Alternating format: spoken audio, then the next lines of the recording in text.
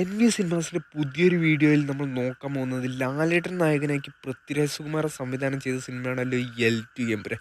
സിനിമയുടെ 11 ദിവസത്തെ കേരള കളക്ഷൻ, ഈ ഞായറാഴ്ചത്തെ കളക്ഷനോടെ സിനിമ കേരള ബോക്സ് ഓഫീസിൽ 80 കോടി എന്ന മാന്ത്രിക സംഖ്യ മറികടന്ന വിവരം എല്ലാ കൂട്ടുകാരും അറിഞ്ഞതാണല്ലോ. ഒഫീഷ്യൽ 80 കോടിയുടെ പോസ്റ്റർ അടക്കം ഇപ്പോൾ ഇതാ ആശീർവാദ് സിനിമാസ് പുറത്തുവിട്ടിരിക്കുകയാണ്.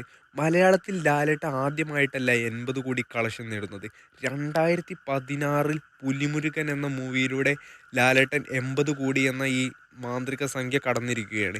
85 കോടിയോളം രൂപയായിരുന്നു അന്ന് പുലിമുരുകൻ കളക്ഷൻ നേടിയത്. ഇനി L2 എമ്പുരാന് മറികടക്കാനുള്ളത് മലയാളത്തിൻ്റെ ഇൻഡസ്ട്രി ഹിറ്റ് എന്ന നേട്ടമാണ്.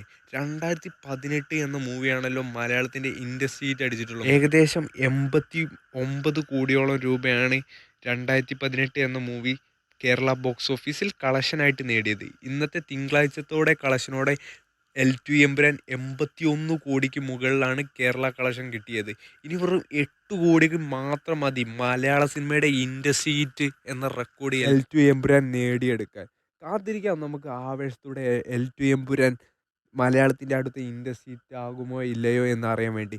പ്രേക്ഷകരുടെ അഭിപ്രായം കമൻറ്റ് ബോക്സിൽ രേഖപ്പെടുത്തും.